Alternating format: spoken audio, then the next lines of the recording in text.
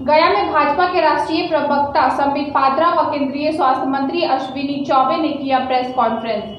राजद पर साधा निशाना, कहा राजद ने अपने शासनकाल में दी थी 95,000 नौकरियां। इस चुनाव में बिहार में सुशासन बनाम विकास के बीच लड़ाई होगी। राजद के द्वारा अपने 15 साल के शासनकाल में बिहार में मात्र 95,000 नौकरियां दी गई थी। वहीं एनडीए के द्वारा अब तक 6.5 लाख नौकरियां दी गई है।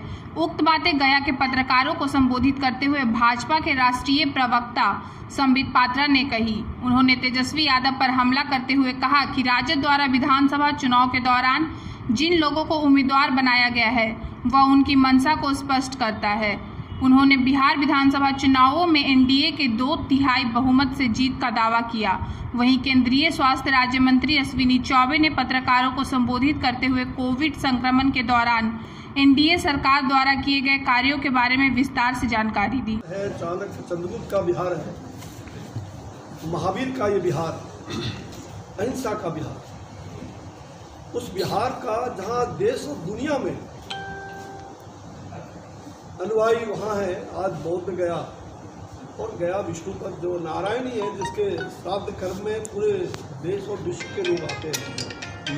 मुझे ये लग रहा है कि इस मगध की भूमि ने क्या नहीं डसा है, यहाँ किसने किसने नहीं डसा, क्या सहा। फल्गु निधि साक्षात हमारे सामने प्रमाण है। मुझे लग रहा है कि आज जिस प्रकार से इस वैश्विक महामारी में, कोविड के इस वैश्विक महामारी से अभी हम लोग उभरे नहीं हैं, ठीक कहा संबित जी ने। और आज महामारी हमारे लिए उतना ही जागरूकता हमें रखना पड़ेगा, जो बार बार प्रधानमंत्री जी हम लोगों को आग्रह कर रहे हैं कि आने वाले दिनों में अगर थोड़ी सी सावधानी हटी तो आगे क्या स्थिति बन सकती है, उसकी कल्पना नहीं किया जा सकती। आज का जो प्रेस कॉन्फ्रेंस है वो भारत के यशस्वी प्रधानमंत्री माननीय नरेंद्र मोदी जी का 23 तारीख को बिहार की पवित्र भूमि में आगमन और 3 रैलियां जो यहाँ होने वाली है। प्रथम रैली सासाराम में, द्वितीय रैली गया में और तीसरी रैली भागलपुर में होने वाला है। उस विषय को लेकर है, प्रबंधन को लेकर है। और हम सब जानते हैं कि चाहे बिहार हो चाहे बंगाल हो, हिंदुस्तान के कोने कोने में जहाँ भी आदरणीय प्रधानमंत्री जाते हैं जन सैलाब उनके लिए उमड़ता है। जनता ना केवल उनको देखना और सुनना चाहती है, अपितु जनता के दिल में उनके लिए प्रगाढ़ प्रेम है। नीतीश वर्सेस हू, कौन है नीतीश जी के सामने? एक तरफ नरेंद्र मोदी जी का पूरे राष्ट्र का नेतृत्व और बिहार में नीतीश जी का सुशासन, उसके खिलाफ कोई नेतृत्व दिखता नहीं। पढ़ सकते हैं।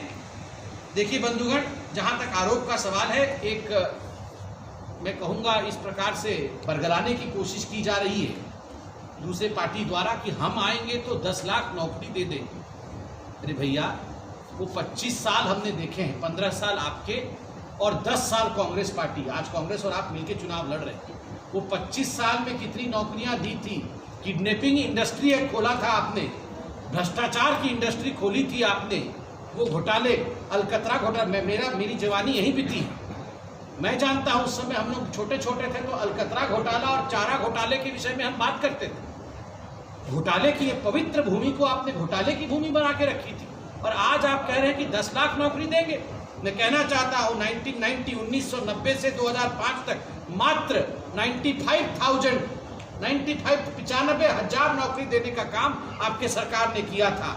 मगर सुशासन के अंतर्गत, सुशासन बाबू के राज के अंतर्गत 2005 से 2020 तक 6.5 लाख नौकरी दिया गया है। और जहां तक शिक्षकों का संबंध है, 3.5 लाख शिक्षकों को नियोजित जो शिक्षक थे उनकी बहाली हुई है।